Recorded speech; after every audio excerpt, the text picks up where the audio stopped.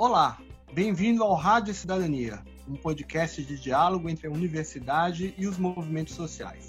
Rádio Cidadania é o podcast da Universidade da Cidadania da UFRJ.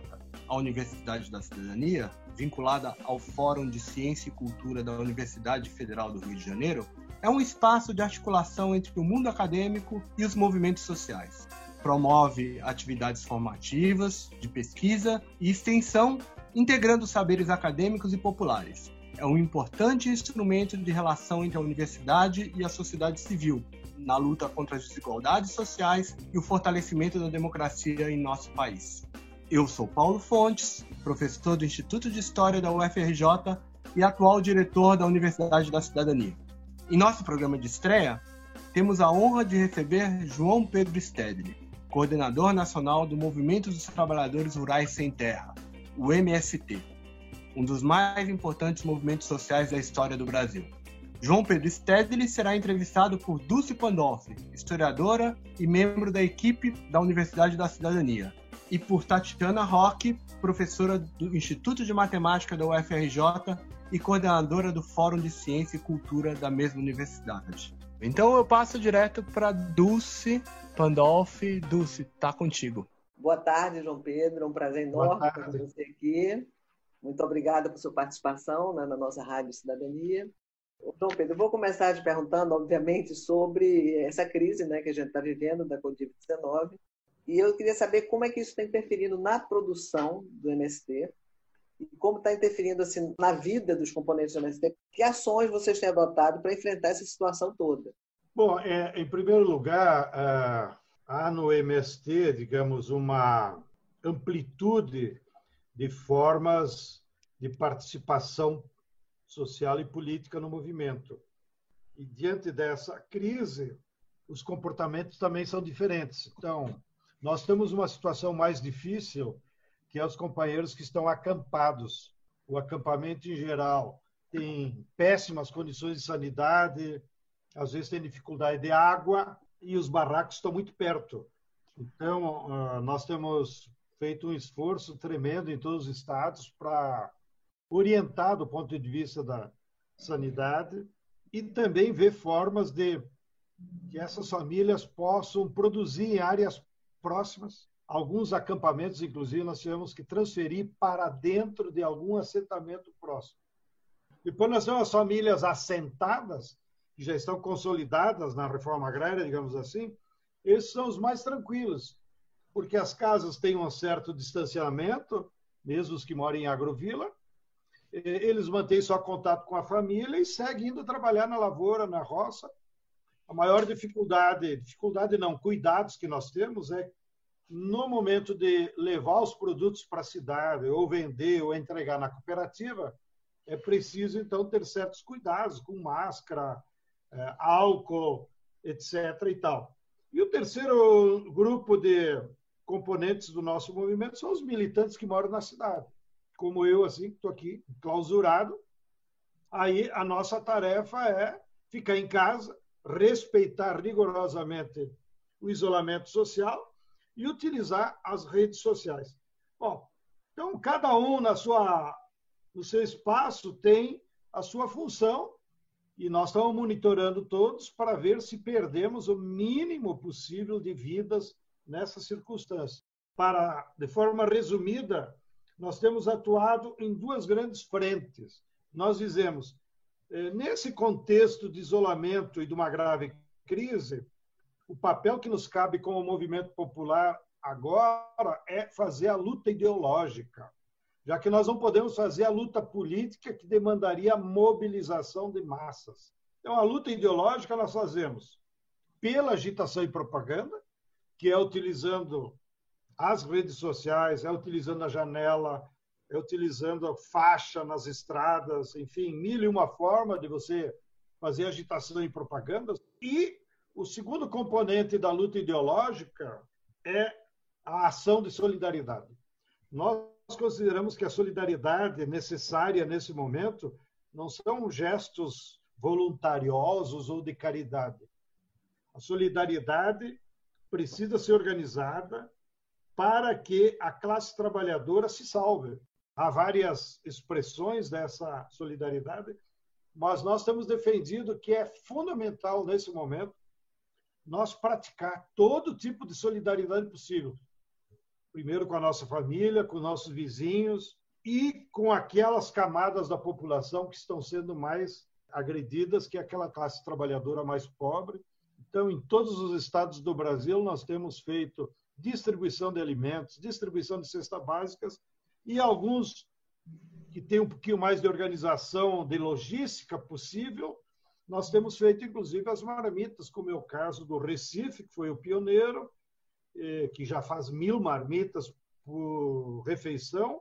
Aí no Rio de Janeiro também nós temos essa experiência, aqui em São Paulo, Minas Gerais e Maranhão, que também então fazem marmitas para distribuir, sobretudo para a população de rua, que é a mais afetada.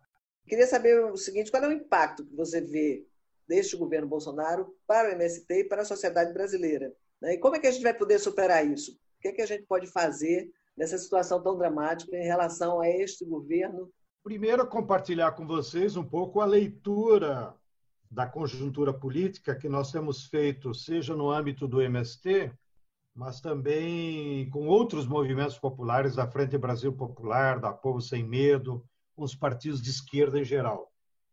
Há 15 dias atrás, 20 dias atrás, quando nós, inclusive, optamos por isolamento total, nós, do conjunto dessas forças populares, construímos uma plataforma política e econômica para orientar a nossa base de como enfrentar a crise econômica e social e de saúde pública, e apresentamos propostas concretas do que as instituições públicas e o governo federal e os governos estaduais deveriam fazer. Naquela oportunidade, que era preciso primeiro salvar o povo, salvar as vidas, depois cuidaríamos da economia, garantindo salário e emprego, e mais tarde cuidaríamos do governo. Passado esse mês, a crise em todos os seus contornos só se agravou, seja a crise econômica, seja a crise política, com a queda de 2 ministros e mais o diretor da Polícia Federal, seja a crise social, com o agravamento do coronavírus, com o desemprego e com o desespero que já bate na população. Diante dessas novas situações da conjuntura, a equação se inverteu e o conjunto das forças populares e políticas passa a considerar agora que o primeiro passo, além de cuidar da vida, é trocar o governo. Porque o governo tem sido um vetor de agravamento, seja da economia, por exemplo, em vez de priorizar ajuda para os 50 milhões de desesperados, ele priorizou ajuda para os bancos. E isso só agrava a questão social, seja pela crise social, que aumentou o desemprego, e o governo é responsável por isso, porque, inclusive, não está ajudando a que as empresas honrem a folha de pagamento, e, do ponto de vista político, o rapaz explicitou, com toda a perversidade possível, a sua vertente fascista.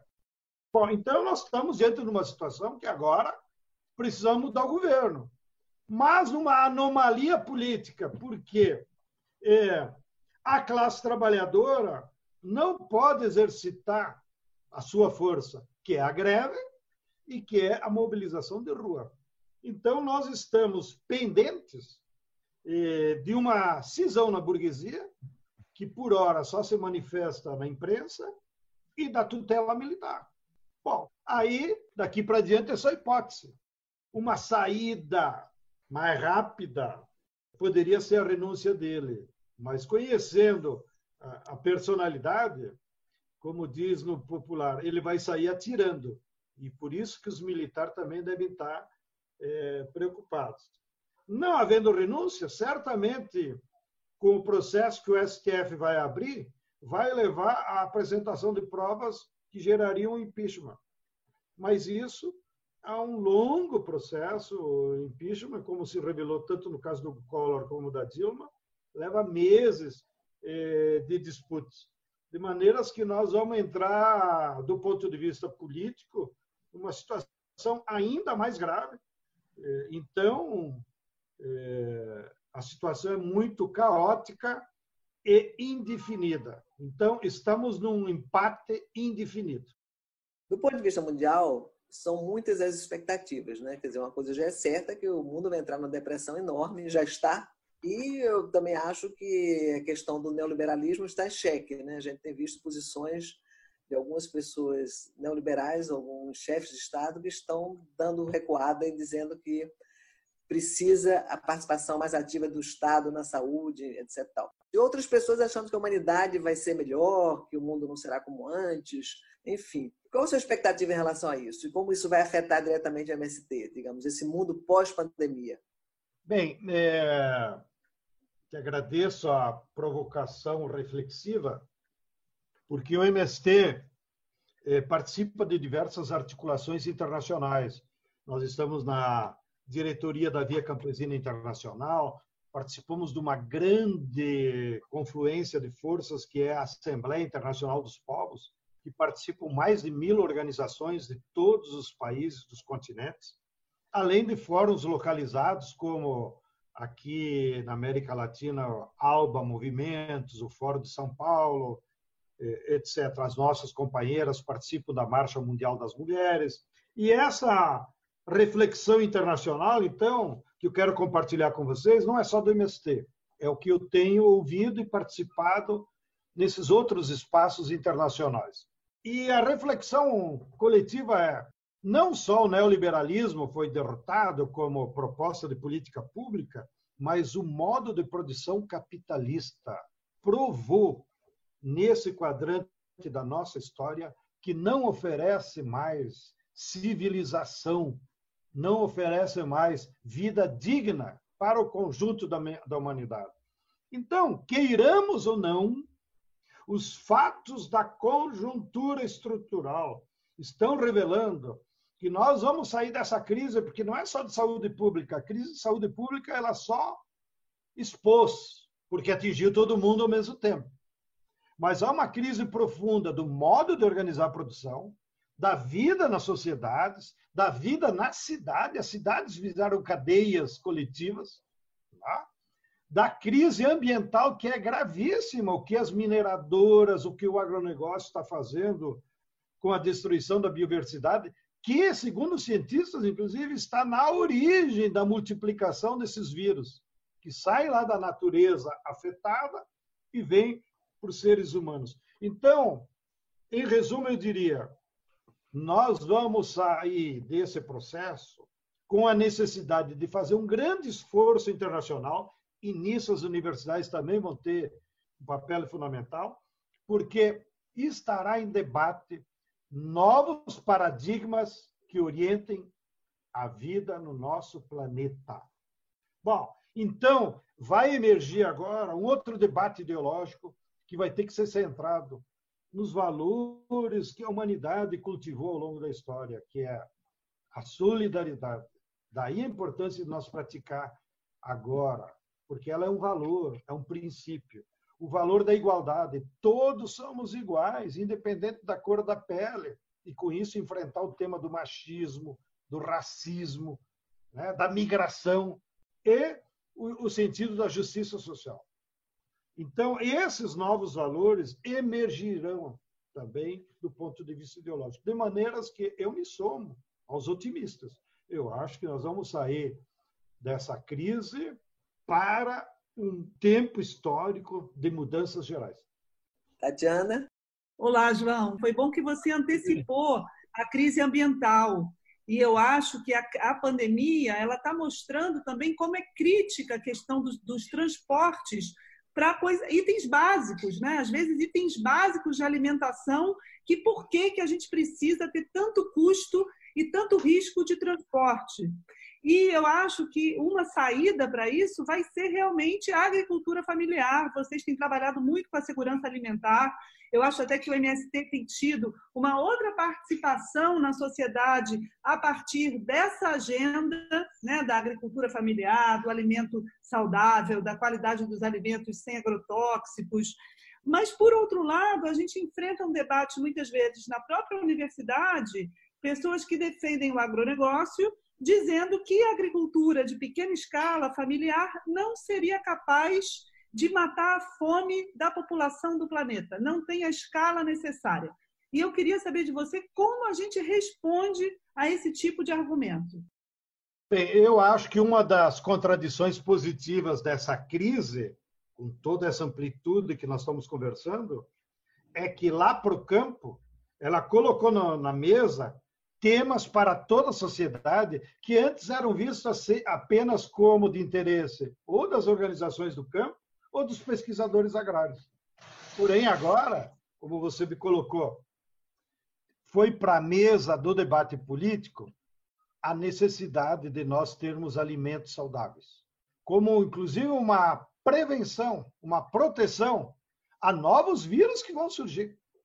E vai para a mesa do debate também que a eclosão desses vírus incontroláveis, como todos os cientistas têm denunciado, é consequência da destruição da biodiversidade. Ora, quando você deixa um só produto na natureza, só a soja, só o milho, só o pasto pro gado, e mata toda a outra biodiversidade, é evidente, não precisa ser biólogo nem cientista para perceber que haverá um desequilíbrio na natureza. Esse desequilíbrio aparece no desaparecimento, por exemplo, de água, das fontes de água, aparece nas mudanças climáticas, nas estações de chuva e de sol, aparece na contaminação dos alimentos e aparece por essa migração dos animais silvestres que tem que buscar outras formas de viver no nosso planeta. Então, o que eu acho é que novos temas agora, que antes eram só tratados por especialistas, deverão ser debatidos em toda a sociedade e por todo mundo.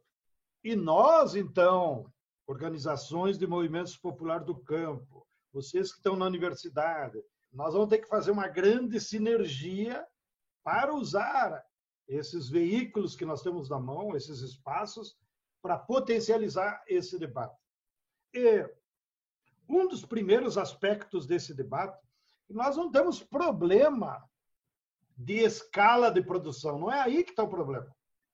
E sempre uso como exemplo nos debates a fazenda do Abílio Diniz. A fazenda do Abílio Diniz tem 1.656 hectares. Portanto, era um agronegócio do monocultivo de cana-de-açúcar, aqui no interior de São Paulo. O filho dele teve um acidente de automobilista e, finalmente, por vias turvas, se conscientizou. Abandonou aquela vida de playboy e, com a sua esposa, mudou para essa fazenda. E, aconselhados por alguns pesquisadores, ele mudou a matriz da fazenda. O que antes era um imenso canavial, hoje produz, na forma de agroecologia, mais de 50 produtos. O que antes ele tinha 6 trabalhadores naquela área, hoje vivem naquela área mais de 300 pessoas. Então, o que isso estou dizendo? É que nós não temos problema que aqui no Brasil uma pessoa tenha 500 hectares, tenha 1.000 hectares, porque tem terra para todo mundo em função do tamanho do nosso território. Porém, nós temos que debater é a forma de produzir. E a forma de produzir do agronegócio é que foi derrotada, porque ela se baseia na monocultura e, portanto, destrói todas as outras formas. Ela usa intensivamente o veneno que mata toda a biodiversidade ao redor, gerando essas contradições, inclusive, de saúde animal, vegetal. E ele usa intensivo de máquinas, portanto, expulsa a mão de obra e acaba contaminando as águas, que a turma da cidade vai tomar. Vocês aí do Rio de Janeiro estão percebendo. Então, o agronegócio nunca vai conseguir produzir alimentos, nem de forma diversa, nem de forma sadia. Daí, o ressurgimento para o debate da matriz da agroecologia, que são técnicas desenvolvidas pelo saber popular e pelo conhecimento científico na universidade, que aumentam a produtividade do trabalho e aumentam a produtividade das áreas. Não é verdade que a agroecologia é coisa de bicho grilo, lá pequenos espaços no fundo do meu quintal. Qual é a prova que nós damos disso? O MST é o maior produtor da América Latina, só perdeu para os chineses, de arroz orgânico. Nós produzimos 600 mil toneladas de arroz por ano. Tá? Portanto, em grande escala, mas produzimos da forma agroecológica. É arroz orgânico, com grande produtividade e com produtividade do trabalho, porque nós usamos máquina. A máquina não é incompatível com a agroecologia, mas ela tem que ser adaptada aos camponeses. E não usamos nenhum tipo de agroquímico ou veneno. Então, é possível você produzir em grande escala, mesmo sob controle dos camponeses, alimento saudável, desde que seja na forma da agroecologia. Vai entrar em debate o tema das máquinas. Nós não somos contra as máquinas. Nós queremos máquinas adaptadas aos camponeses para desanuviar o esforço físico que hoje eles têm que fazer. Ninguém sonha em ganhar uma enxada dia de Natal. Bom, então, esses temas todos virão ao tom. E, por fim, queria dizer, virá ao tom a soberania alimentar. O que é a soberania alimentar? A soberania alimentar é a visão de mundo de que cada povo, cada território, cada município, se quiserem, ou cada estado aqui no Brasil, tem o direito e o dever de produzir seus próprios alimentos. Isso é soberania alimentar. E é isso que vai ser a verdadeira segurança. Não se o governo vai dar cesta básica ou não. A segurança alimentar deve ser temporária. Deve ser apenas uma medida de emergência de entregar cesta básica, de não deixar as pessoas passar fome. Mas a médio prazo, só a soberania alimentar garante segurança alimentar para a população. Nessa resposta sobre a agricultura familiar, ficou muito evidente o quanto é importante essa relação entre os saberes populares, os saberes de quem trabalha no campo e os saberes acadêmicos da universidade, científicos. Queria que você falasse um pouco disso. A Universidade da Cidadania é um órgão que pretende justamente fazer essa ponte entre universidade e movimentos sociais. Então, queria que você falasse da importância disso a partir do próprio conhecimento de como é importante, em várias áreas hoje que se tornam essenciais, essa relação entre dois tipos de saberes, dois ou mais, na verdade, tipos de saberes. Bem, eu te agradeço que, de fato, isso é fundamental também nesse nosso novo plano de reforma agrária, ou plano de desenvolvimento sustentável, ou a via camponesa, como o MPA diz. Enfim, o rótulo desse nosso programa não importa. O que importa é o seu conteúdo. E assim como eu já explicitei sobre a agroecologia, alimento saudável, soberania alimentar, um dos componentes fundamentais dessas mudanças paradigmáticas no modelo de produção agrícola é a educação. E a educação nesse sentido, Tatiana, que você mesma já explicitou. A educação que vem dos saberes populares, mas ela é insuficiente. Não adianta só nós dizer, não, vamos copiar o que os nossos avós faziam. Isso até é meio reacionário. A educação formal do conhecimento científico que só a escola pode nos dar. Então, o MST, modéstia à parte, desde o início também nós lutamos para levar a escola em todos os níveis, desde a alfabetização dos adultos até o acesso à universidade, com o programa que nós construímos desde o Fernando Henrique, que foi o PRONERA, Programa Nacional de Educação da Reforma Agrária, que permitia ter vestibular específico e os filhos de camponeses acessarem a universidade num método que é muito importante, que é o método da alternância. Ou seja, o jovem filho de camponês vai para a universidade num curso qualquer, organizado, fica 2 meses, 3 meses, e depois volta para a sua comunidade 2, 3 meses. É essa interação que vai permitir ele confrontar conhecimento científico com a necessidade da prática objetiva, e é isso que vai fazer com que, depois que ele termine o curso, que ele volte para a sua comunidade. Então, a educação levada ao campo vai ser fundamental, até como forma de nós criar uma alternativa para a juventude. Porque a juventude, como eu disse, ela só sai do campo atualmente, nos meios capitalistas, porque ela quer progredir de vida e precisa estudar. Então, se você só vai encontrar escola lá na cidade, seja ensino médio, seja ensino superior, é claro que tu vai migrar. Mas se você oferece a oportunidade dele estudar sem sair de casa, ele não precisa sair de casa. E olha, nós já formamos mais de 5.000 jovens no ensino superior. E 90% deles não saiu da sua comunidade, continuou na sua comunidade. Então, nós precisamos incorporar esse debate da educação do campo como parte do modelo de produção agrícola, como parte de você construir uma vida digna, com mais cultura, com mais conhecimento, lá no meio rural. Ou seja, as pessoas não precisam sair do campo para serem felizes, para serem cultas, para terem acesso ao conhecimento. Então, agradeço a vocês pela atenção e certamente teremos outras oportunidades. Me alegro que tenham tomado a iniciativa dessa rádio pela internet. Um grande abraço a todos. Mais uma vez, muito obrigado, João Pedro Stedley. Esse foi o Rádio Cidadania, um podcast de diálogo entre a universidade e os movimentos sociais. Siga a Universidade da Cidadania nas redes sociais, no Facebook e no Instagram. Até breve com um novo episódio.